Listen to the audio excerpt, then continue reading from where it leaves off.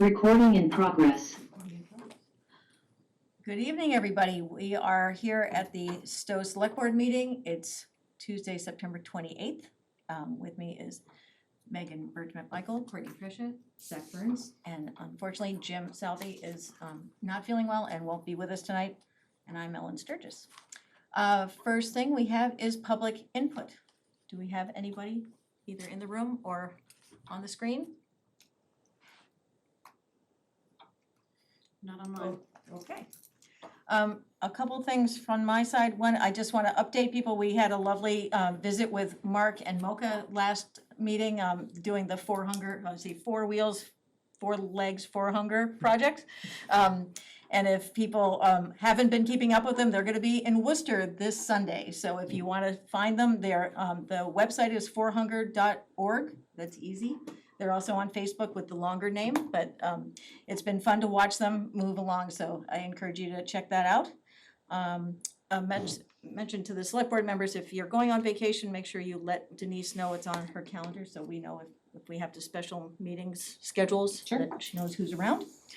And I think those are the only things I was gonna mention. Anybody have recognitions or announcements? Anything tonight? Nothing tonight? Nope. Okay. Well, the first is an appointment tonight of a new full-time police patrol officer, Troy Paradise. Glad you can join us tonight. Chief, why don't you introduce him and tell us? So back in July 29th of this year, Sean Collins, who was on the job with us for 20 years, resigned, which created a vacancy with, so we started posting for this position. We had about 19 applicants, and Troy came out top of all those. He is a recent graduate of the Fitchburg State University program, which is a 4-year program where you end up with your bachelor's degree and the police academy at the end. So he's starting out his career here in Stow, which is really great because we're going to be able to mold him instead of breed him. But as Officer Fitzpatrick made quite loud, he'll handle him later. But it was. No, but Troy came out as our candidate that we recommend. We did the same process as we did before.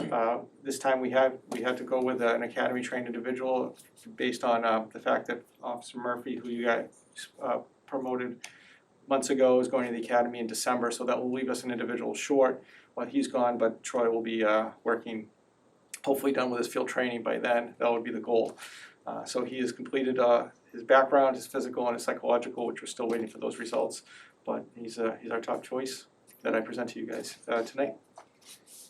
Troy, you want to tell us a little bit, besides we know you went to Fitchburg State, a little bit more, where'd you grow up? So I grew up in Winchendon. I lived there almost all my life. And then about 6 years ago, I moved to Worcester, and I've been there ever since. I went to Fitchburg State. I got my bachelor's degree in criminal justice, and I'm actually working my master's degree right now. Terrific. It's great to have you. Any questions for the proposed officer? No? No questions. Great. No? Great. Welcome. Do you have anything you want Nope, to add? I interviewed him as well and think he's a great candidate for us. I think he'll do really well here. Has a great personality, and I think he'll fit in well with the department and the town. Great, awesome. If there's nothing else, Mr. Burns, will you make a motion? Did you want- anything about your approval? It's in the motion. Okay, all right. I move to appoint Troy Paradise as Police Patrol Officer through June 30th, 2022, subject to approval from the Town Administrator that physical and mental evaluations have been satisfactorily completed. Second. All in favor? Aye. That is unanimous. Welcome to Stow. Thank you. Very excited to have you. Thank you very Great. much. Thank Thank you. Another great hire by the chief.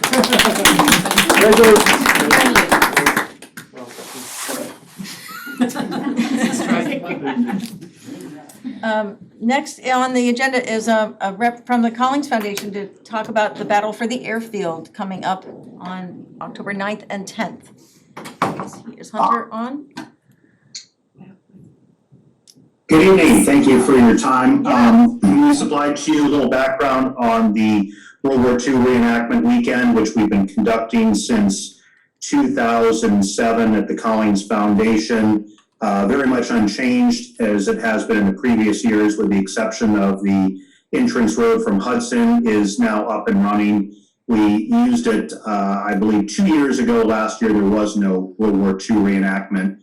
And so far, all the feedback's been wonderful with the new entry road. We've had no issue with backups of traffic or any issues like that. All the permits have been filed for the pyrotechnics that we use with the acting fire chief. And there will be a fire detail on site as there has been in previous years. So no real changes from how we've been doing this in the past, but open for any questions you might have. Does anybody have any particular questions? I'm curious, I see you pre-sale tickets. Do you do a fair amount of business at the gate as well? Or do you expect more of the tickets in advance? More recently, pre-sales have been far heavier than tickets at the gate. People are seemingly more concerned about availability going through the COVID time period with restrictions on the amount of people. So we found that pre-sales are far more robust now than what they have been 2 years ago. And do you have a restriction on your attendance this year? Parking is really the restriction on the attendance. There are no COVID restrictions in place. When there were, we still had a very high number, and parking's our biggest issue that we would run into. Great, I mean, thank you. it's primarily an outdoor event. Then there's the normal restrictions on the building occupancy for the museum. Thanks. I have to say, I'm intrigued by that the opportunity is there to drive a tank. There's been a lot of jokes about the tank parked in Lower Village, so now's the opportunity for someone to come drive one. Yeah, well, we won't be going through Lower Village, but I'm aware of the one you're talking about down there. Thank you for that. We're not gonna be doing any tank drives over that weekend. We'll be offering rides. I see, just right. But both of the experiences have been very popular with people, and it's been wonderful to have many of these children of World War II veterans that come out and really have this connection to their dads at that point when they come out and experience this. It's a real great connection to that history. That's great. The museum's open at the same time, I assume, right? It's not just outdoors. Correct. Yeah, great. Any other questions from folks? Well, I hope it's a good weekend, hope it's a good weather weekend, and thank you for just stopping in and letting us know more about it. Appreciate it. Oh, thank you very much for your time. We're looking forward to hopefully a wonderful weather weekend. I know the Apple Orchard does too. It's a big weekend for Stow, all the way around, so, yeah, It is, that's for sure, yeah. great. Thank you, Hunter, appreciate it. It's Rob. Have a good night. This is Rob, sorry, Rob. See, I'm just. No problem. Thanks, Rob. That's how often I see them, but, okay. Next is, interviews for the Select Board Green Advisory Committee appointee. So we have 3 people who are interested in the position. I assume, are they all? Oh, you're right there, right in front of us. I didn't even see, the masks are really throwing me, so I should have recognized. Anyway, so I guess we'll just do this. I hadn't really thought about whether we should do this one at a time or as a group. So I think we'll just do each person. Have you sort of introduce yourselves for people who haven't read the packet and don't know about you, and then we'll have questions, and then after we interview the 3 of you, we'll deliberate. So, Lee, why don't you start? Okay, my name is Lee Cooprider, 552 Great Road. I've been involved in climate response politics for some time. I am on the committee at the First Parish Church that is getting the church to try to lead the curve in getting to net zero well before the state mandate. I've been participating on the Sustainable Stow Committee, as have others. Helped with the Heat Smart project and contributed to the Stow's baseline CO2 profile that we were one of the second round of towns supported by the state to try out their system for trying to say, where are we now, so that we can track over time how things have changed. I have a big commitment in my own personal life. Had electric car since 2012, and I've converted my heating system, and so my sort of trying to live the thing in myself. I'm also on the boards of the Stow Elderly Housing Corporation and the Stow Community Housing Corporation, which are responsible for the unfortunately named Plantation Apartments and Pilot Grove 1 and 2, and the hope now being actually built Plantation 2 apartments. And I am the primary advocate there for electrification of the previous property and the degree of which we can electrify the new property. The developers are pretty much, the consultants are pretty much on board, but I'm still the person advocating for that. The person who brought me onto those commissions, Greg Jones, was also a big advocate for making progress where we could. That is, we're building a building, we can do what we can here. And so I'm participating in that to those two corporations. Thank you. And that's me. That's great, thank you. Actually, I'll have all three of you introduce yourselves and then we'll do the questions. So why don't we do that? So why don't you go ahead? My name is Martin Meyer. I live at 25 Brook Mill Road. I've been a Stow resident since 2017, and like Lee, I've also been a member of the Sustainable Stow Group. I also helped with the Heat Smart program when we were doing that. Was that the year before last now? It seems, everything seems like last year since the pandemic kind of canceled the year on us. Interestingly, I've also had an electric car since 2012, and I find that I've been sort of interested in energy conservation for most of my life, somewhat interested in recycling, but more so lately since I've kind of started paying attention to how much plastic I put in my trash can, which is a little bit alarming because really a lot of those things I just don't have an additional use for, and there are certain types of plastics that you just can't recycle. It's been sort of on my radar for years to see what I can do to lower my own energy footprint, and I try to do my part as best as possible, partly financially motivated because everyone wants to have a lower heating and electric bill, but partially I just kind of find it fascinating the development of the technologies in that space. As I mentioned, I've been a Stow resident since 2017. I grew up in Florida but have been a Massachusetts resident since I came to college at WPI in 2002. I find that this place is much more to my liking. I love the winters, and rainy days for that matter. Great. Today's a perfect day for me, cold and rainy at the same time. Good, and you must love mushrooms, right? That's besides what.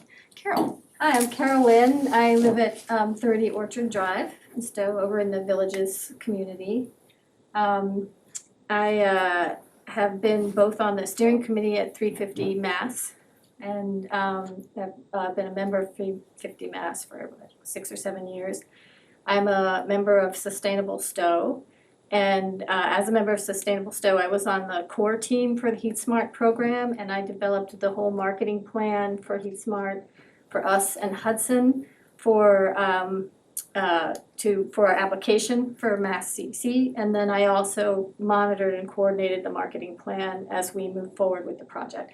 Of course, I did that, coordinating it with all the other people, getting their input and making sure that they reviewed it all before we executed on things. I also tracked all the funds in terms of award funds and what we spent, and worked with CEC when we needed. The award funds came in small bundles, and so I communicated with them when we needed more, so I had to do all the paperwork so they could see what we were doing. So that was my role, and I have examples of that if you guys are interested with that. So I've been in Stow about 6 years, and the other things I've done with Sustainable Stow is I'm currently working with Rick Lent on the presentations that we're doing monthly to educate the Stow population. And I've written an article in our Green Corner in the newspaper on plant this, not that.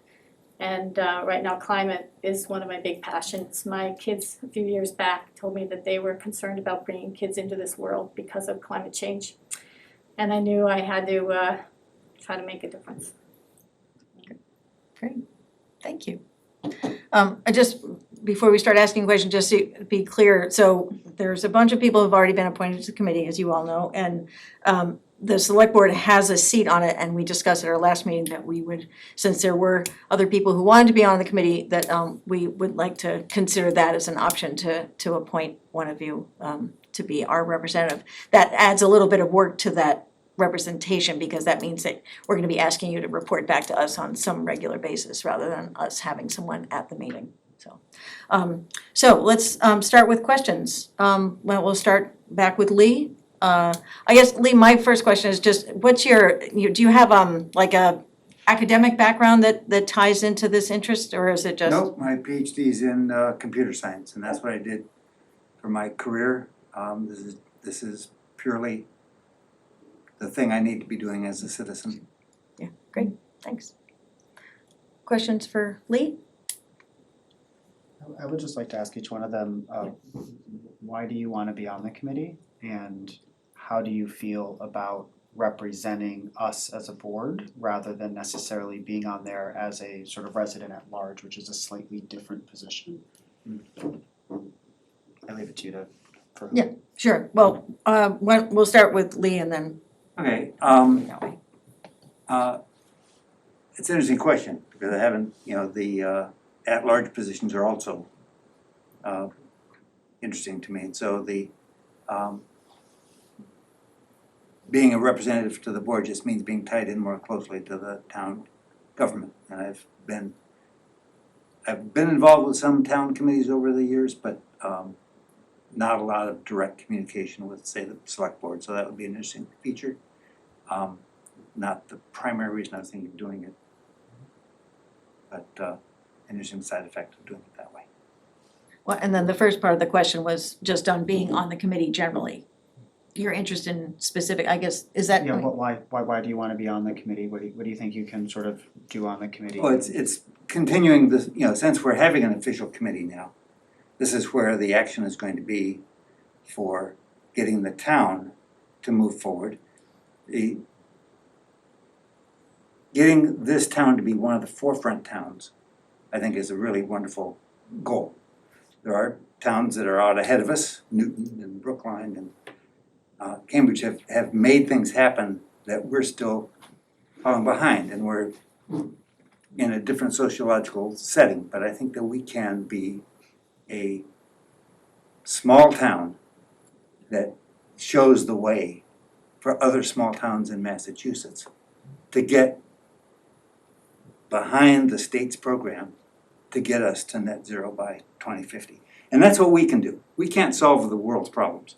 What we can do is to get our town lined up with the best momentum that the state is providing, emphasize that to the state, feed upward into that state momentum, and then do what we can do here to achieve that. Whether it's, zoning or subsidies for different kinds of transportation or whatever it is that we're going to be doing. We need to be thinking, getting to net zero by 2050 is a hard pull. And we basically have to do everything that we can do to achieve that goal. Even with everything we can do, it may be a matter of interpretation whether we achieve the goal or not. Same thing I'm thinking about at the church. We can't just reduce our power as much as we can because we're still using energy from outside. So we've got to generate more power or do some other mitigation to get us to net zero. And so we've got to be doing everything we can do and being part of what helps the town get there and lead the way for other towns, I think is what I want to do. Sorry, that went on a little longer than I intended. Okay, Great. great, thank you. And so Zach, I think, is inviting each of you to answer those same two questions, so we'll just go down. So my feelings are kind of in two parts here. On the one hand, I've always wanted to get involved with my local government, and I haven't really had an opportunity until now. So that's sort of an exciting thing for me. In the other regard, with sustainability in particular, this has sort of been a background passion of mine for my entire life, and I feel like we're on, despite the fact that the idea of sustainability has been in the general mindset for many years. It feels like we're sort of at a front to bringing it more into people's minds right now. And there's an opportunity to form the way that we think about this program at a local level and sort of develop policies and figure out what the broader community of municipalities is doing in this area and sort of bring clarity to our town about how we can set a pattern for ourselves behaving in the future. So there's sort of an opportunity to develop the way we think about things going forward, and I find that very appealing, sort of being able to help set the direction that we're going to go over the coming years. Thank you. Hi, I think one of the biggest challenges we're gonna face is as Arnie has probably told you, all of you, that about 50% of our admissions in Stow are from buildings, and about 2/3 of those are houses, are people's homes. And educating people on why they need to do this now is going to be a really big issue. It was one of the things we encountered with Heat Smart. There's always a group of people who want to know, how is this going to reduce my CO2 emissions in my home, and they're really into the science, and those are the easy people to get to convert. But there's going to be a big group of people who want to know, how do they benefit? What is it going to cost? And who's going to help them go through that whole myriad of incentives that are out there and figure out how can they afford this. And I think that's a big challenge. It's one of the things I love to do. It's, what I did a lot in product marketing and product management is how do you take technical information and provide it in a user-friendly way to people, so that they understand and feel excited about it. One of the most exciting programs that I've seen a town do to get their people really involved in climate was Concord a few years back. Their green team went to the schools and worked with the schools to create a small climate education block. And at the end of the education block, and they did this through all the schools, all grades, and at the end of the education block, they had a big science fair. And we all know that when kids have a big project for school, many parents get involved, right? And it really woke the town. And so many parents got excited about climate because of this.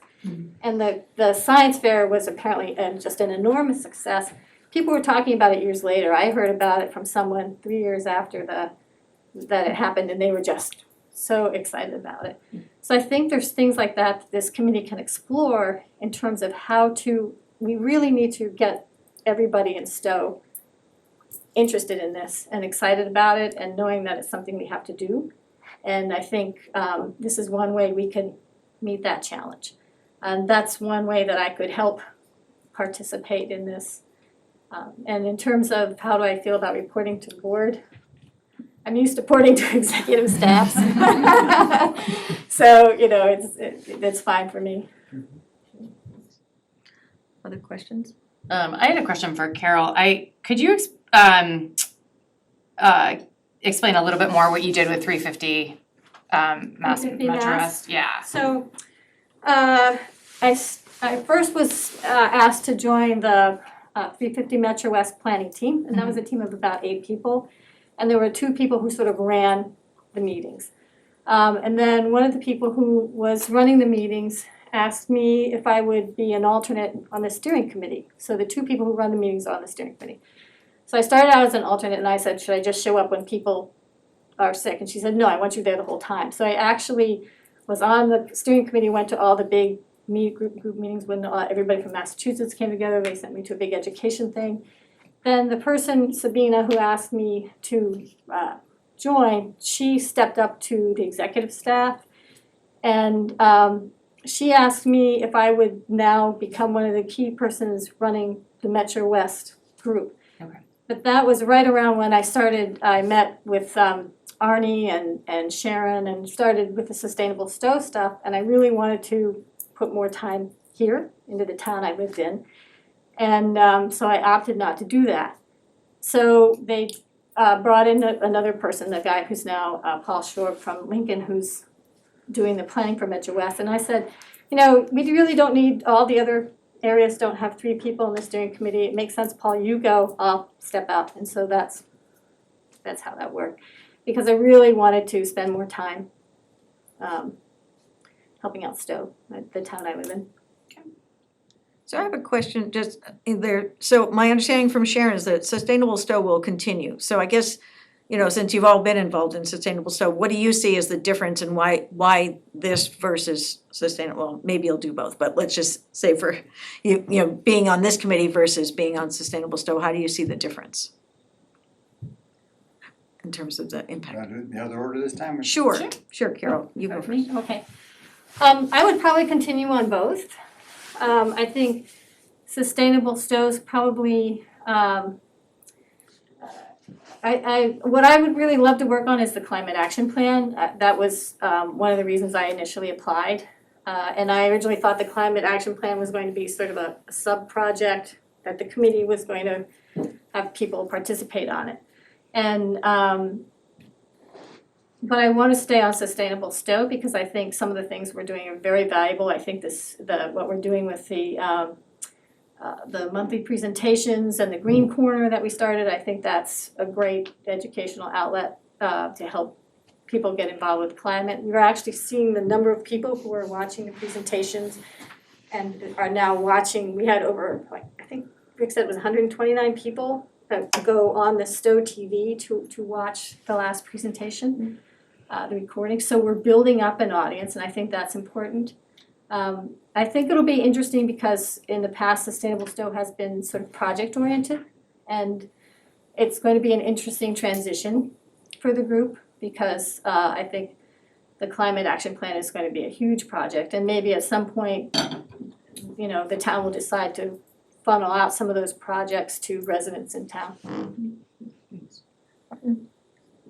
I think in my mind, the boundary between Sustainable Stow and the committee that has been formed has to do with, one is focused on education and community outreach, that would be Sustainable Stow, and the other is focused more on policy development and governing within the community. And I think to some extent, we're gonna kind of work out exactly what the balance is over time, but I do hope that there will be continued interaction between the two groups to some extent. I do understand there might be considerations for open meeting laws and having too many people who are a member of the committee also present at Sustainable Stow. I don't know exactly what those concerns are, but it's something that we do need to be aware of going forward. Thanks. Lee? Yeah, to me, the change is entirely due to the fact that it's an official town committee rather than a working group off to the side. In some ways, it would have been nice to keep it as just an independent organization, but we have to do what we have to do. I intend to participate in both, but I think that if I were a member of the committee, that would be the dominant thing, because I think there's a lot of work to do there. Courtney, any questions? Well, I was very inspired by by Carol's mention of the work in the schools, and I wonder if anybody wanted to speak to how you might implement that. Would that be, if we were to choose to implement that approach, do you see it working better from the advisory committee level or from Sustainable Stow? Will I address that? I had to get a sign off from our superintendent of schools for Heat Smart. Not a sign off, but we got their blessing basically to send that up to Mass CEC. And I think to run a project like that, there would have to be, it's something that Sustainable Stow might be able to do, but I think there would have to be an approval, an agreement to do this from the board level for the school to move ahead with it. I think it's going to take probably a bigger group than Sustainable Stow, just the core people of Sustainable Stow to execute this and make it happen. Yeah, it would be very exciting to do. Got it, thanks. Either the other of you have a comment on that topic? All I can say, I spent the last 10 years of my career as a teacher, and if there isn't a teacher who's excited about the project, nothing will happen. So it doesn't matter how many committees you have on the outside. It's the teacher on the inside. Yeah. Who's gonna make it happen. Yeah, Martin, anything? I don't have any specific experience with introducing programs at schools, but I do have in my professional career a lot of experience with sort of pitching ideas and bringing people on board with them and sort of forming the idea in people's heads before we sort of move forward with a program. And it can be tricky. It does take a lot of time to get buy-in. It helps if there's some sort of authority involved that can sort of say, it's a good idea to do this, you should probably proceed. But every situation is different. I'm certainly willing to try to get that engagement going, but I agree with Lee that it does take somebody being excited about it to really make it happen. In my professional career, I find that I'm often that person that's excited about something and I sort of, my excitement sort of wears off on other people as I keep talking about a project I want to take on. And eventually everyone sort of coalesces around the idea or morphs the idea into some other new idea. And I mean, ultimately though, it does take somebody being very passionate about it to get it done. I'm certainly willing to try that sort of thing. Thanks. Any questions? No, no more. Denise, did you have any questions? I do, and I actually was pulling up, so since Martin brought up the question of a quorum, so Sharon and Arnie are both Sustainable Stow. George Peterman, is he on Sustainable Stow? I think he's a member, he doesn't show up all the time, but he's on our membership list, I'm pretty sure. And John San Germano? Yes. So that would make, so if one of you is appointed this evening, you, Sustainable Stow will have a quorum on the Green Advisory Committee, which means you could not all meet together at Sustainable Stow, because you would be a quorum of the committee. Wow. That's the tricky part of the town. Yes, you will have 5, Sustainable Stow would have 5 members on that 9-member committee. So that would have to be taken into consideration. So can I ask you what that means? Does that means none of us can be on Sustainable Stow, or someone can meet on Sustainable Stow, but we have to make sure that there's enough other ones not meeting that night? So the 5 of you cannot be at Sustainable Stow at the same time talking about energy-related topics, because that would be your role on the physical committee, on the Green Advisory Committee. So there'd have to be some discussion of the people Who goes? that overlap, who's basically gonna not be there. Would the communication ahead of time about who's going to skip a particular night be considered a town meeting that we would have a problem with? No, so you can communicate about meeting time, but you can't discuss why someone's not going. It could be a who's attending this evening, period. Any other discussions about topics or discussion items. Okay, so we can't say something like, I would like to be the one to go tonight because topic X is on the agenda, we couldn't. Not if it was gonna engage a discussion of the other members about topic X. Okay. Tricky. It's definitely tricky, right. Can I ask a quick question? No, we gotta. It's just more of the quorum question and joint board meetings and how that affects the open meeting laws, that if they posted it, So Kathy, Katie, I know, I that's, apologize, I just yeah, feel like wait, it's. that, you can ask Yeah. Denise that at a different time, but not, this is just for them at this point, so they'll have to work that out. Are there any other questions for the candidates? We're good? Yeah, I'm good. Okay. Well, thank you, all 3 of you, for stepping up, really grateful. We're gonna have a discussion about, you're welcome to stay, it gets awkward, but you can still stay. But thank you all, really, for stepping up and for doing all the work with Sustainable Stow. It's been amazing, so. Indeed. Thank you all. Thank you very much. Thank you. So, yeah, so we still, I mean, we nominally still have the option of saying, well, one of our members could be our representative. I mean, we didn't exclude that Right. option just because we wanted to interview, but, Right. so, this is tough. I mean, those are 3 people who are obviously really committed, and I would say I'm a little concerned about overcommitted. That, particularly Carol, I know how many things she's involved in, I'm concerned about how many things she's taking on and whether that's realistic, but I probably should have just asked her that point blank, and, but I also get excited when someone new to town steps up to be on a committee, so that's where I'm gonna stop and see. Thoughts? Question? Or- No, sorry, no, No. Courtney, you have something? No, I'm mulling, go ahead and Okay. speak. Sure, so I think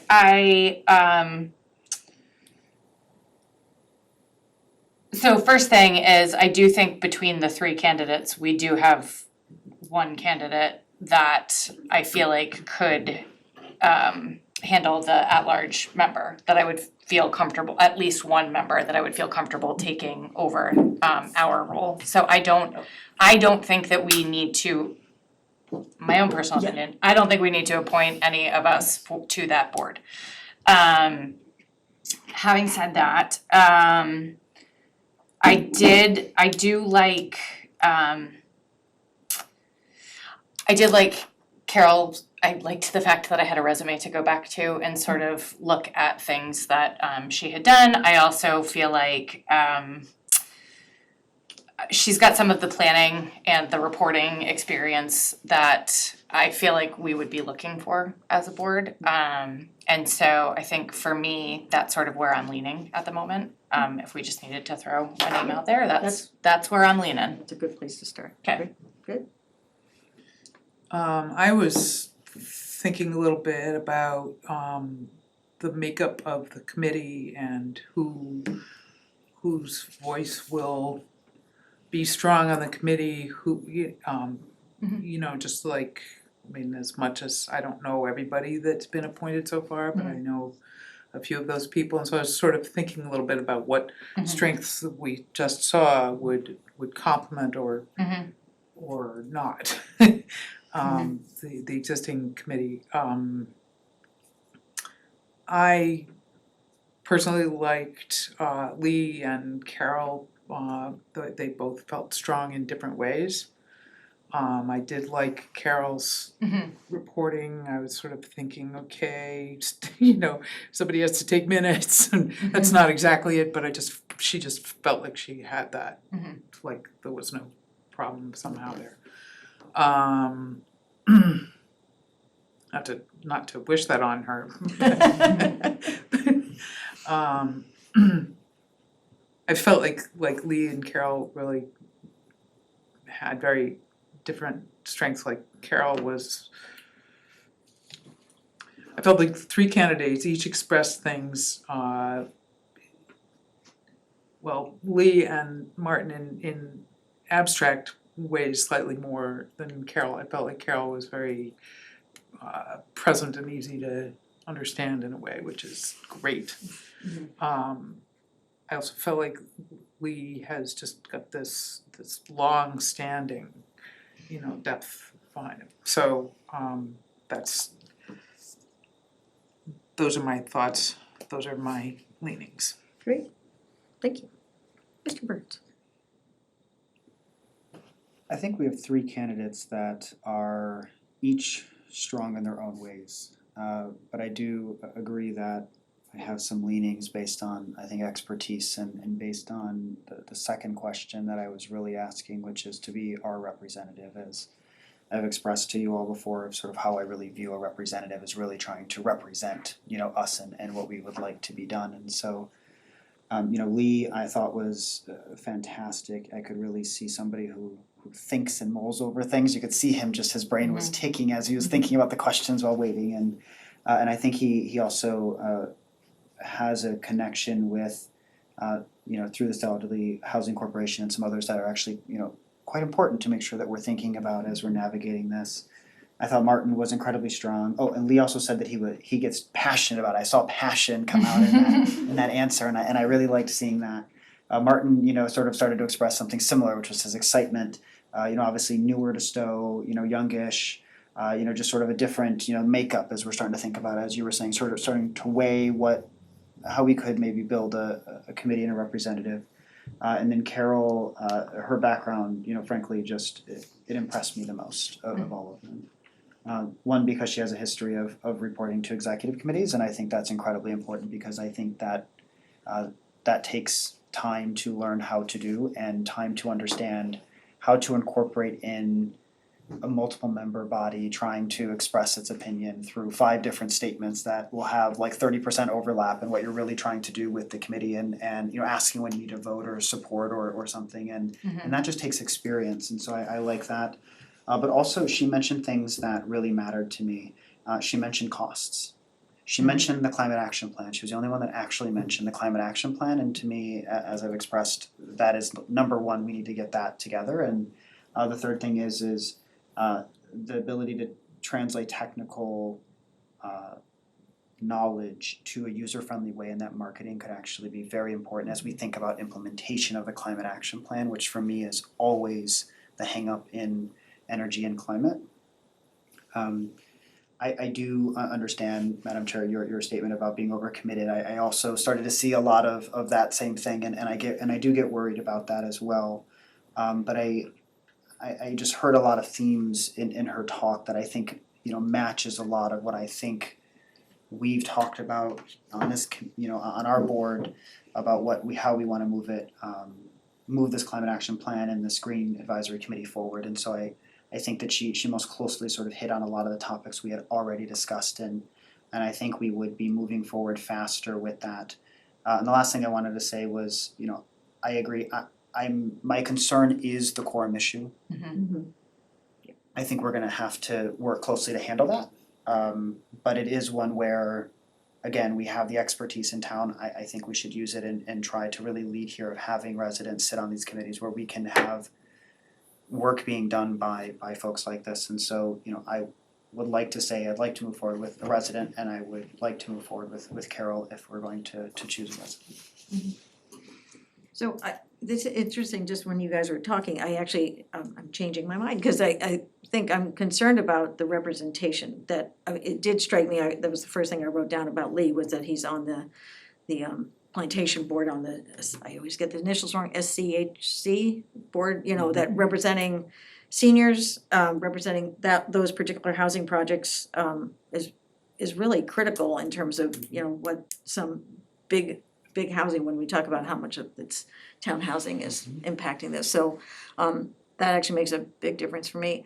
I guess my concern with Carol is, I don't wanna lose all the education work she's doing on Sustainable Stow, and I think she'd be the hardest one to have to choose between the two, so I heard her that she's incredibly impactful on that education stuff, and I think that was why I asked about this sort of separation of the two committees.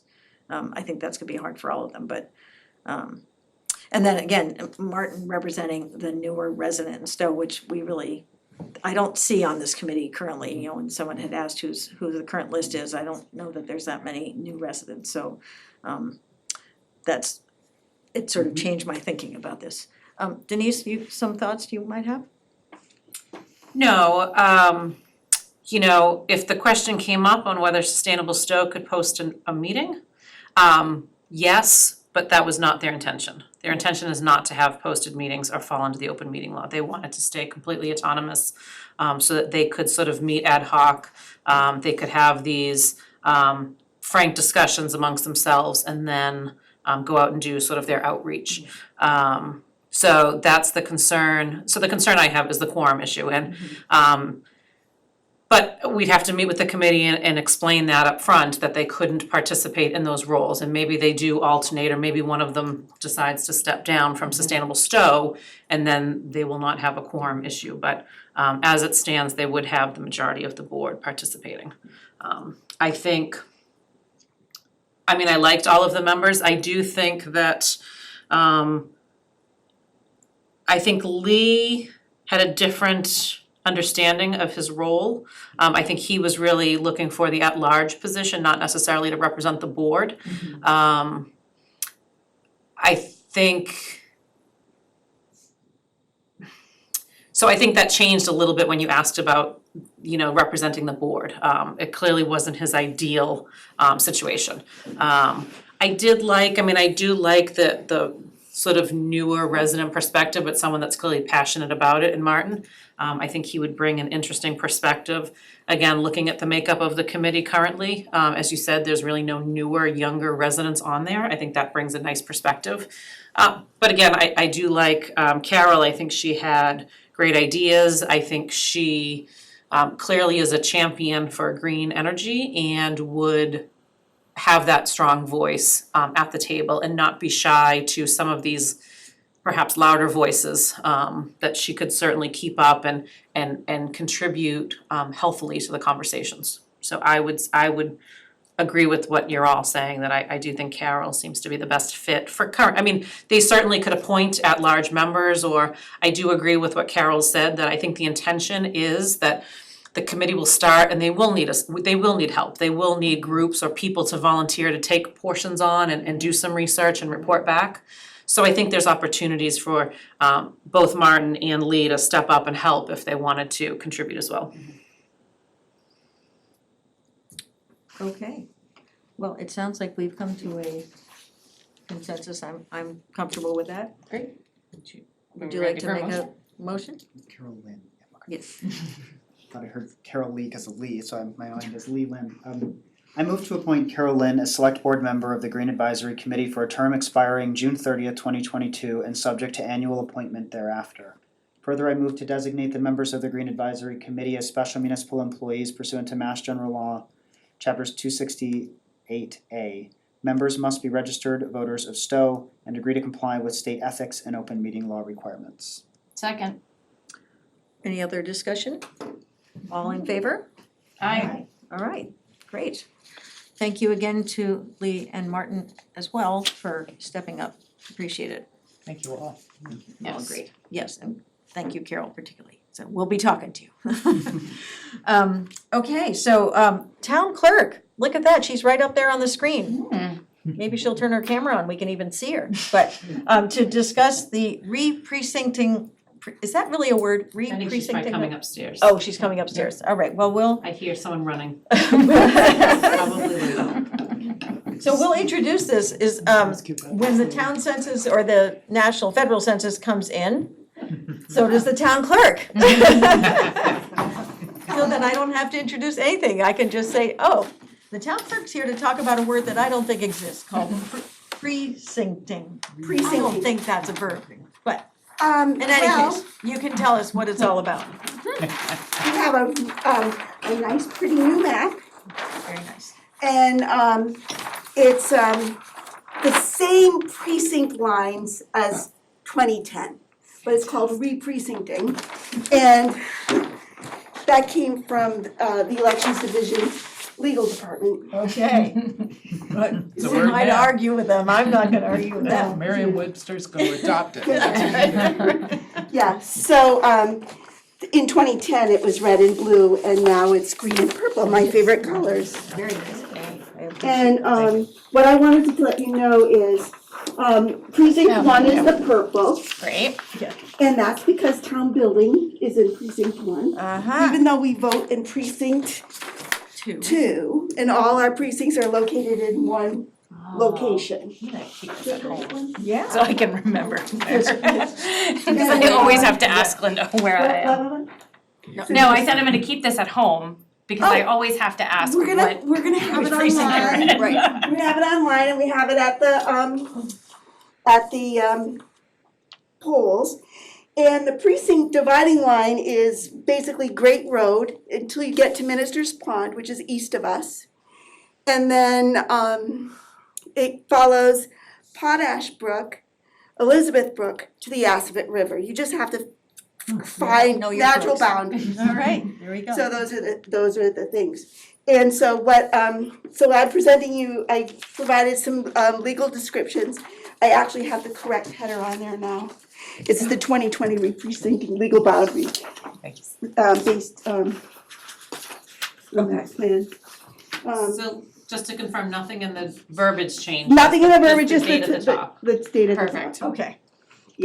Yeah, because I was just in a rush and just following along, but anyway, that's pretty standard. So precincts, I was thrilled that we didn't have to go to 3 precincts. The dividing, the number is 4,200 residents. And in the map, there is, we have it divided out that the precincts, 1 is 3,627, precinct 2 is 3,547. What did you say the number was? 4,200 is Yep. the? Yep. Okay. Yep. I always forget, you mentioned that. And it's the residents, not the voters, it's residents. Right. Okay, right.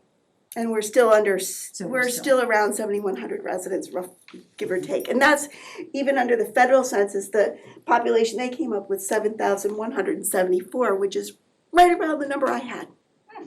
So, and they did a more door-to-door intense count. But, and I'm, by the time we do the 2030, it will be another clerk's responsibility. You I'm sure? giving it- Thanks for letting us know. Well, Giving notice because now? I'll be over 70 and I'm not doing it. I'm gonna retire, but I'll be You here can ask, years. how old was your grandfather when he retired? Oh, God, he did it for 46 Yeah, so years. He started in 1928. So, And if I did the same number of times, I would be 88. yeah, there you go, okay, so, just in case you wanna change your mind. No, I'll come help work at elections, I'll There you help go. the, At 88, she'd probably be changing her mind a lot. I do it now. I do it now. Okay, So, back to work. back to work. So, and we look ahead too of what's coming ahead, and we talked about in Debbie and I talked about it with the elections division. You know, Athens Lane might be developed, Stow Acres will have others, but those projects could be 5, 6, 7, 8 years ahead Right. in the future. And even if we did hit that 4,200 threshold of residents, Yeah. it doesn't change until the federal census is done. So you can have numbers Perfect. be different. Great. Any other questions? How much did our population actually change from 2010? Does this say, I'm not sure if I'm reading the variances right or not. Is No, that- that's you're, not- it didn't change a lot. Okay. It didn't, a couple hundred in each precinct. Okay. Um, Curious. I'd have to look at the old ones, I'm sorry, I can give you that if I was. But it's really cool, I'm so excited about having the same precincts, I can't tell you. Yeah. Denise? Yeah. So Linda, I have a question. So you said 4,200, so if Stow Acres and Athens Lane comes on board and, Doesn't matter. no, I know that, Okay, okay. but so let's say it's 4,500 that becomes precinct 1. Would then the line just shift if precinct 2 hasn't changed? So both precincts would have to exceed 4,200 to add a third precinct? No, what they'll do is I think they might switch it up, I'm not clear on that, cause it wasn't on my radar. But I think what they'll do is they'll change the line a little bit to even it up, so Yeah. they're more even in all of them. But is it 4,200 in each precinct that would then trigger a third precinct? Mhm. Okay. Well, So we need more than 8,400? or at least 4,200 in one, and then they would start shifting the lines. Okay. Got it. And adding on, and if it got to, that's my understanding. Oh, I see. But if we didn't go over, if 8,400 total, then we could still have 2 precincts that just the lines would be different. Yeah, the lines would be, so originally in 2010, so previous to 2010, we were one precinct. Right. And when the original drafts that we were talking about before the numbers actually came out, the dividing line was gonna be Boxborough Road, Packard Road, a little bit of Great Road, Gleasondale Road. They were dividing it east and west. And then the numbers came out and they started doing this and it realized that it was the east-west division. And then we drop in precinct 2, we catch all of the things south of Great Road in precinct 2. And it's so Great Road isn't an even, it isn't a divider all the way east to west. It Right. follows the brook, and so like Hastings, Assabet, White Pond Road, Heritage, Right. those are all in precinct 2 on the east part of town. Very interesting. Yeah, it's amazing. The elections division, re-precincting group are fabulous, fabulous. And this is all coming out, they're working with all the communities and everybody's having to do this. Time to do it, right? Right? Yep, Okay. okay, so we just need you to We need a vote to motion? accept, Yeah.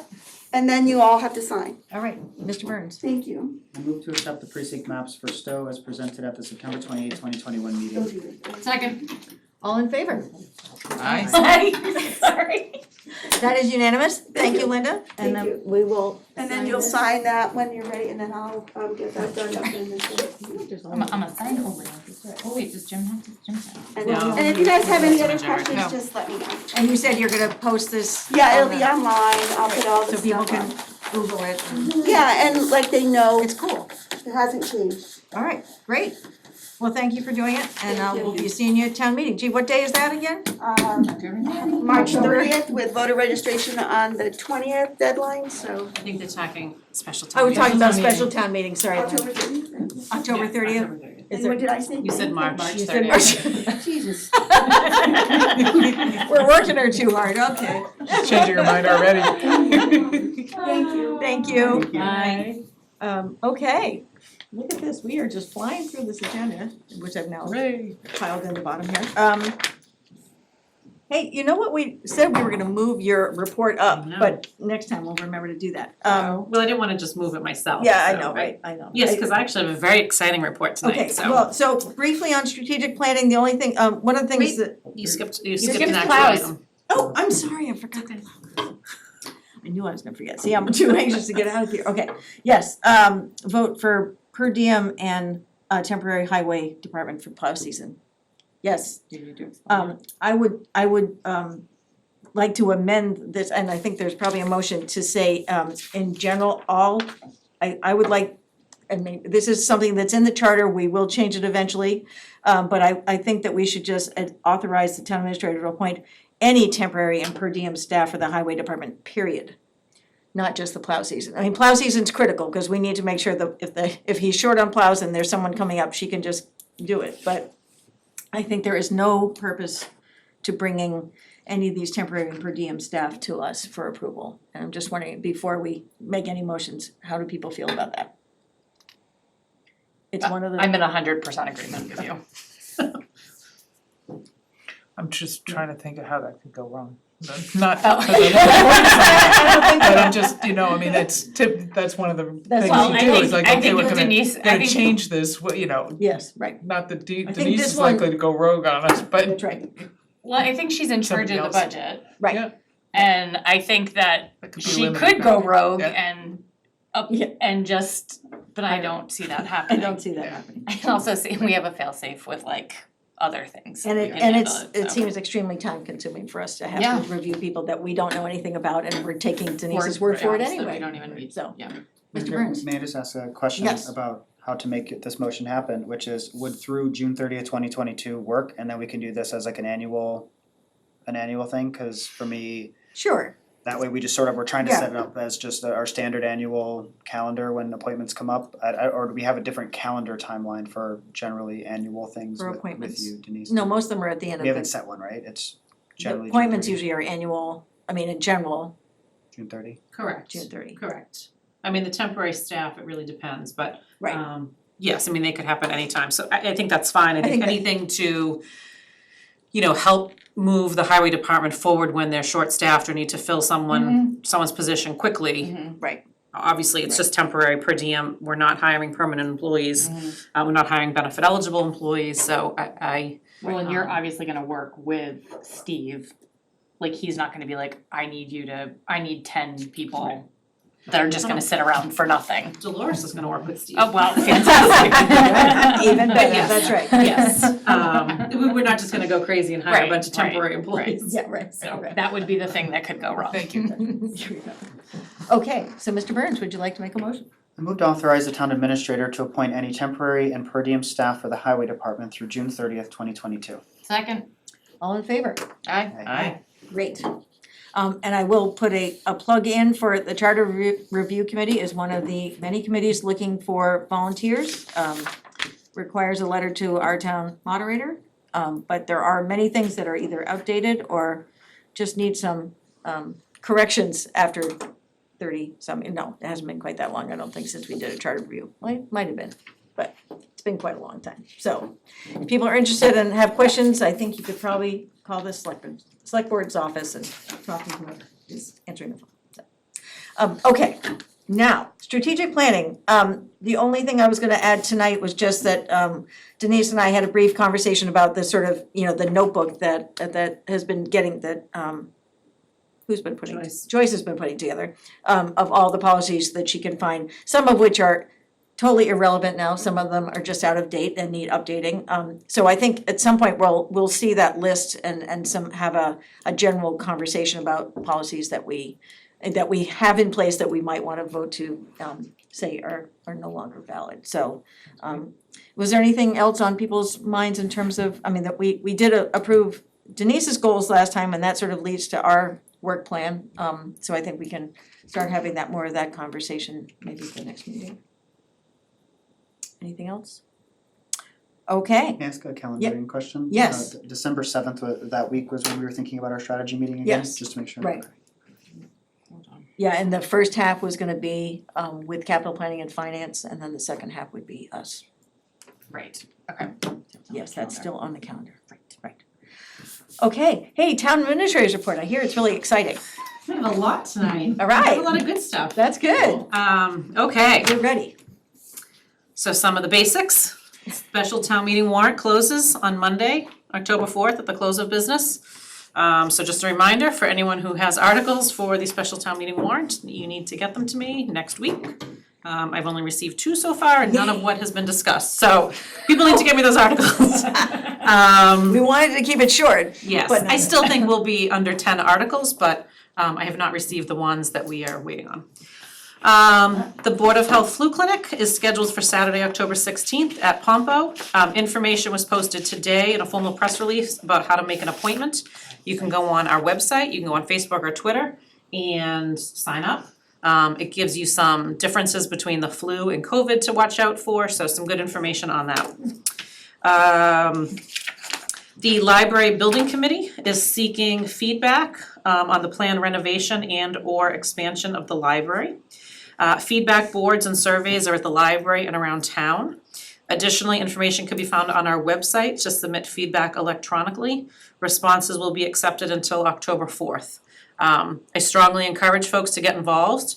If you have feelings on how you think the shape of the library should look, if you wanna weigh in on what rooms and what's important to you in the overall expansion of the library, please weigh in. Now is the time. This Thursday, I believe you were all notified that there will be a sort of financial stakeholder meeting taking place. There's been some concern about how we will fund the library. I met with the Library Building Committee last week and was fairly candid in my feedback to them about asking for debt exclusion, which is ultimately how we would pay for it. But I do believe that the several library trust funds should be putting forth funding for the library, and possibly some donations could be raised. So that conversation will happen on Thursday, to get everyone sort of talking about how we are going to fund this. Personally, I don't think it's fair to put the whole cost on the taxpayer when we have trust funds specifically to support a library. But that will be taking place. On Wednesday, October 13th at 7 o'clock, there will be a Stow Acres Forum to learn more about the planned purchase of the North Course prior to the vote at special town meeting. So the Zoom information has been posted on our website. On Thursday, October 14th at 7 o'clock, the Finance Committee will hold their public hearing on the warrant articles that will be presented at the special town meeting. So obviously Stow Acres is the primary focus, but they will also discuss any of the other articles that come forward. Will that be held in this room? That's on Zoom as well, Just So, Zoom, just Zoom. 100%. Yes, the Finance Committee will be meeting, I believe, entirely through Zoom, Okay. through the winter. Okay. Unless something changes. Alright. So now the first of my super exciting news. On last Thursday, the town planner and I met with the new owner of Bose. And I will present to you their plan, which is a for-profit master sports academy. So, they just dropped this off today, it's very pretty, it's very exciting. They would like to keep the existing structures, and then make about $28 million worth of improvements to the existing site. So a couple things to keep in mind, they will stay for-profit, which means they will stay taxable. The infrastructure and additions will obviously impact building permits. and any additional buildings and structures will impact their taxes. They will need a zoning change because it is industrial zoned, and industrial zones in Stow do not allow educational facilities. So they are working on putting forward an article through the planning board to change that at the special town meeting. They would like to get going as soon as possible. They have a signed purchase and sale, but they have their sort of discovery period until November 3rd to make sure that they can move forward with their plan. The school would be a combination of boarding school and day program. Their full projection is about 6 to 7 years out, and they would expect their maximum capacity to be about 700 students, with 75% living on campus and 25% commuting. They intend to, their main focus right now will be hockey. It started through a hockey program. So in the beginning, they plan to continue to use the ice rinks in Marlborough, but eventually they'd like to look at bringing those here. They do have plans to build 2 turf athletic fields.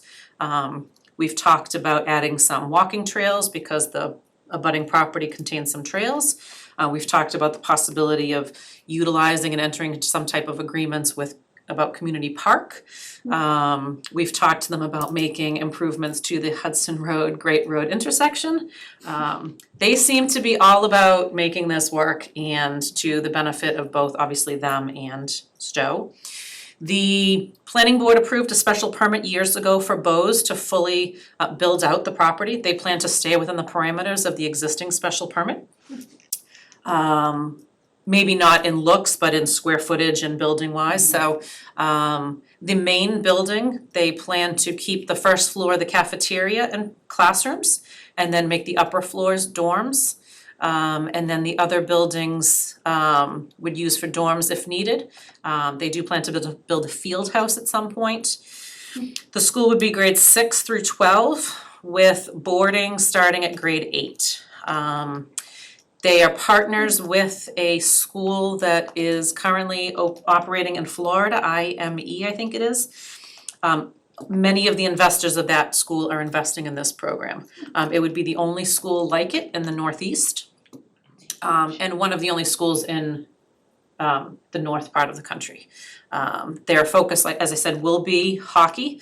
They actually expect, they have their projections in the first few years of students. I think the first year would be fall of 2023. And they expect, I think it's like 270 students would be the first year with their initial projections. And you said it's gonna be like 6th to 12th grade. 6 to 12. Their curriculum would be 5 hours a day of education and 4 hours a day of their master program in both physical and mental preparedness. And they plan to offer sort of what I'll call the non-traditional sports. Drone flying, e-coding, e-gaming. They actually have culinary, and they've talked about possible expansion of their programs by adding many more programs if there is interest. Kids would sign up. Obviously, they'd have to enroll, be accepted, but then they would select a major. And if the major is a sport, then that's what they would spend their 4 hours on. If they are e-gaming, that's what they would spend their major time on. So they would expect 205 kids in the opening year, going up to 320, then 416. As I said, all the way up to full capacity would be 700. I think they are very, so their initial programs that they will be offering will be hockey, figure skating, basketball, esports, and lacrosse. And then every year they will add additional sports to their portfolio. It's a whole thing. It's our Oh, the esports. Actually, they said Bob Kraft owns an He an does. e-gaming It's like team. a whole team. I was fascinated by it, actually. So, Wow. it's super exciting. Really exciting. Quite frankly, I can't think of a downside. It's not Amazon, it's not Walmart, it's not a giant distribution center coming here. They would have minimal buses for the commuting students. They talked about possibly like one in Nashua, one in Andover, one in, Western Mass a little bit, so that if kids need to commute, they would have so, only a handful of buses. I keep seeing obviously the full economic benefits. You have a school, there could then be stores that might wanna come in that provides athletic equipment, or, perhaps that side of town with, maybe another fast food restaurant type pizza place or something. They do offer full meals to the students that are boarding, but, even the neighboring communities, parents will need to come here, they'll need a place to stay.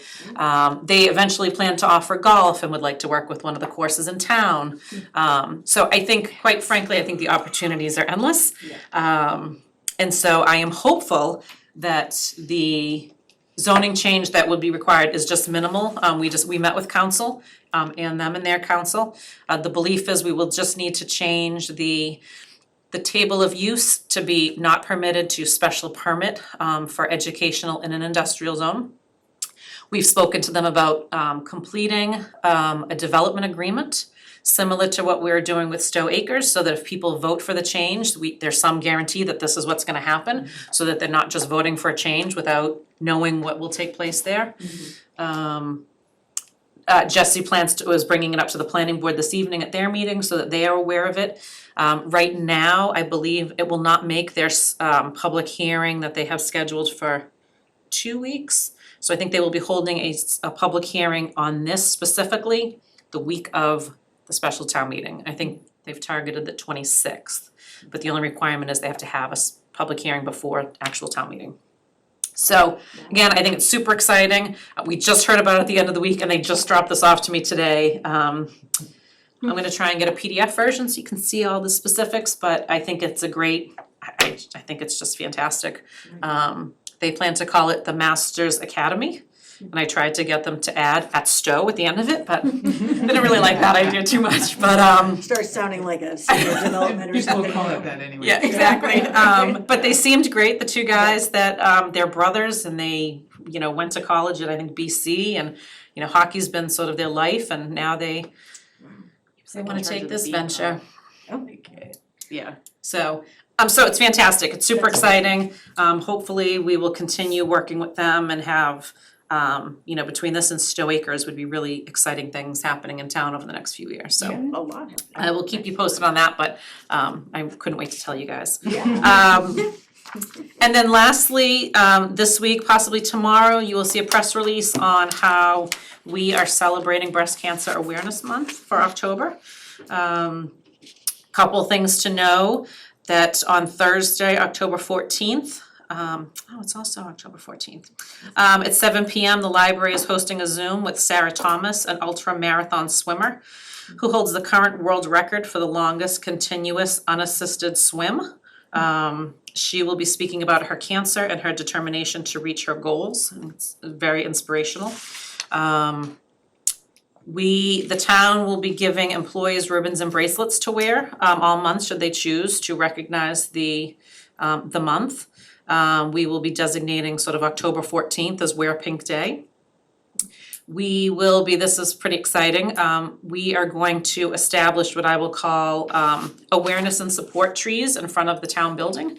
So sometime next week, look for the pink trees to be lit up outside, and you can stop and write on pink ribbons to hang on the trees, either somebody's name or words of support for folks in town that are either going through or have gone through breast cancer treatments. And obviously, as you all know, the police chief and the members of the police association are selling the pink breast cancer patches for $10. Anyone interested in those can see any officer or stop by the station to purchase a pink patch. So that's everything I have for you tonight. Wowza, that's it? That's it. So if there's any questions on that, I'm happy to answer them. Well, I'm just, because I had the same thought, when you're starting out all these students, like, oh, more places to eat, and if I remember correctly, in front of, I think it was the Villages at Stow, there was property that was, Yes, the there idea is. was supposed to be residential, but nobody took us up on it, so now maybe we'll. Yes, it's a commercial, yes. What did I You just said say? residential, I'm but sorry, yeah, yes, yeah, I meant yeah. commercial, It is a right, sorry, small thank you. commercial piece that Yes. could fit likely three Three different units in a buildings, little right? plaza. So, Yes. yeah. So if we knew a realtor that could, market that for us, that would be ideal. That would be awesome. That's very exciting. Yeah, right. Yes. I did have a Yeah. question, first, wow, that was just, that's awesome. As a wrestler myself, I Oh, hope that. and you have the pink patch right I do there. have the Let's pink patch. show You wanna off see the pink pink patch? patch. Oh, Right. Pink patch. Love it. It's very pink. Yeah, very pink. Yeah. As a wrestler, I'm quite excited that we're gonna have this athletic facility in, and hopefully that's one of the sports down their list, probably always It at the was on bottom of there. their list. It is, and I will just add before their goal would be that obviously during school hours, that it would be school, but evenings, they plan to open up the facility to residents if there are events that we need to take place. I plan to ask them if they put a track, because I think the track will really get a lot of Oh, yeah, for use, sure. but Right. if there are town organizations that wanna use, of course, I think of like, we could have like a police and fire hockey game and, Yeah, to right. raise money, or, Yeah. teachers versus students and Yeah. things like that. But yes, I'm so, glad you didn't suggest me as part of a wrestling club because I left You're gonna- my you're shoes gonna up run it. and left them in the back. That's it. I did receive a phone call and I gave you a heads up on this, that I wanted to ask this question, which is about our special town meeting, because we are in the middle of a pandemic still. It is ongoing, and I know you've been undertaking a lot of thought and efforts with regards to COVID preparedness for it. The concern that was raised to me, I wanted to raise it to the board, and I'm sure, y'all have heard from folks similarly, is that in light of this person in particular, their sort of more elderly state, and showing up to an inside, classroom, albeit masked, was still very concerned and had attended, numerous town meetings before and really hasn't missed one in many years, and sort of raised to me their concern about not having an outdoor venue, or sort of what we can do to be thinking about COVID. And I raised that to you when I heard it, because the person that shared it with me, shared it quite personally, and I thought it was a very valid concern. I wanted to just make sure we addressed it, here and in sort of having you help explain sort of the steps you're taking, just so that way folks know that this is very much on all of our minds and on your mind as you're starting to plan for town meeting in light of the unprecedented COVID challenge. yes, so I don't have final preparations yet. However, I don't think it's feasible for us to do an outdoor component for this special town meeting. The hope would be we're not there for a long time. We'll have a handful of articles. We will certainly take all necessary precautions, whether that be in the auditorium where we can space folks out, whether that's in the gym, whether we offer both spaces. We're still trying to figure out technology. As you know, we had some issues last year setting up in center school with the electronic voting, because once you move it and use different rooms, it causes some complications. So we're really trying to figure out how we can have the best facilitated meeting in the safest possible environment. The school has taken a lot of steps. I actually met with the superintendent yesterday. We talked a little bit just about hail. I plan to be going over there, actually, I'm meeting the superintendent over there the week before town meeting, to talk about it further and some things that we can do. But the goal is not to make anyone uncomfortable. Obviously, we will require everybody that's inside to be masked.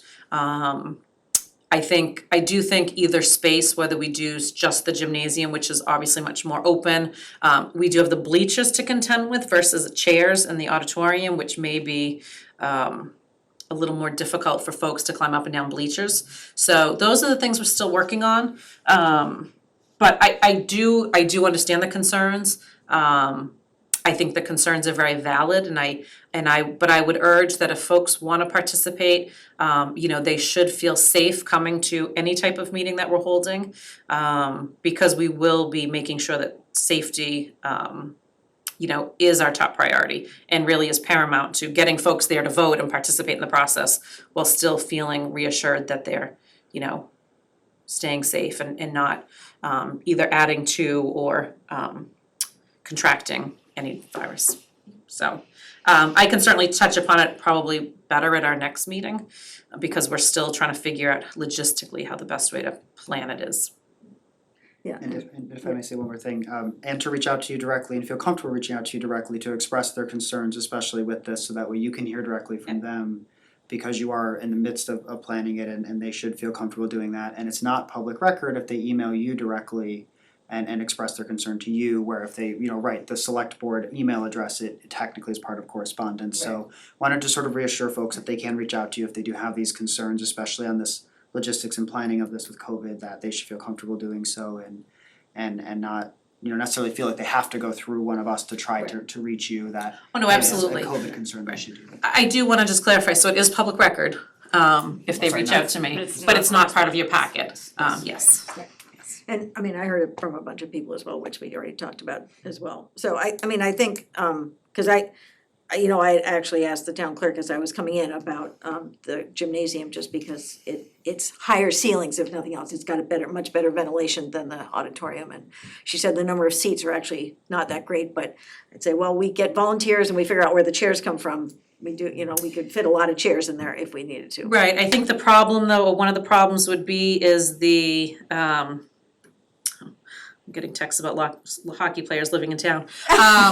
I think one of the problems with that is if we use the gymnasium, we likely cannot set up as early as we would if we use the auditorium. So having kids not participate in gym class for a couple days is probably not as feasible. They can keep folks out of the auditorium if need be. I see. Because quite frankly, setting up the Friday night until the wee hours of the morning is just Right. not the Wasn't best fun. way to handle Right.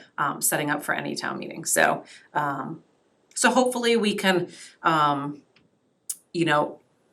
organize it, maybe the auditorium is our main room and we use the gymnasium as overflow so that we only need a handful of chairs there, or just Right. people that, may wanna sit, but then we get into the situation that there's no screen, they can't see presentations, and so But we we are have worked it out in the certainly. past at Hale. The technology was much easier to work through the different logistics. Are there doors that open to the outside? In the gym? In I the mean, the gym? auditorium? Although, no, in the gym, That's a good question. I don't know. think so. as my child goes there, I should probably know that. That would be like. Hi Linda! I was like, I don't know the answer to that. Yep. Oh, you're In frozen. the Hale School gym, there is a door that leads to a hallway that goes out to the back of the school. Okay, So there could be fresh air coming in from that that's not, yeah, section. exactly, you knew what I was asking. But as a gymnasium, it has much better ventilation. Oh, yeah, because but it's a I'm just gymnasium. saying, like, if we needed to sort of Right. spin it as this is the Is the- closest to outdoors Yeah. that you're going to get, Well, it's yeah. then I think that's, that is another option that. So we'll leave this for you to, and and town clerk and the moderator to work on over the next couple of weeks. We'll talk more about it, obviously, but But safety is our top concern. right. I mean, it is in everything we do, so Yeah. we don't take that lightly, but try to work out logistics in late October. It's a yes, little difficult it's not with- ideal, right? I mean, all I think of, every time we have like a drenching rain, I think like, imagine if this was us when we were Yeah, outside. right, exactly, So- right, exactly. Yes, any other questions or comments?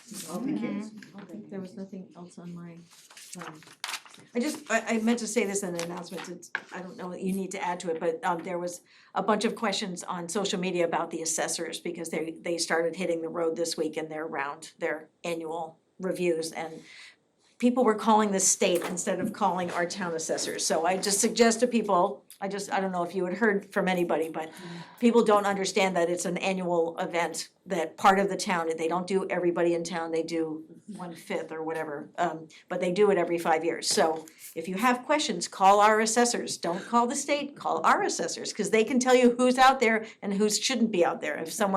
If you think someone's at your door and you don't know who that is, either, you can call the assessors, you can call the police department, or you just say, no, you can't come in, cause you have that right, and then call the assessors. So, I just, I worry that people aren't thinking that we have an incredible resource here in town building and you should make use of it, so that's. I haven't received any Well, complaints, so that's a good sign. I'm not aware So of that. It was just a little, one of those social media kerfuffles, so. Anything else? We're gonna move on to minutes from the last meeting. So many of them. Joyce does her Joyce, magic. Holy moly. So we've got September 14th. Were there any changes since they were printed, or that people wanted to? Nope, not that I'm aware of. Anybody have anything? All right, well, let's take a motion. I move to accept the meeting minutes of the September 14th, 2021 meeting as drafted. Second. All in favor? Aye. That is unanimous, thank you, Joyce. And then correspondence, I don't know if anybody had anything to add to the correspondence? We'll just say again that we have an enormous amount of information on the website these days that was not there a year and 2 months ago, so make the use of it, and it's some great stuff there, so. You know, I'd just like to make a brief comment about correspondence in general, just my understanding of the process.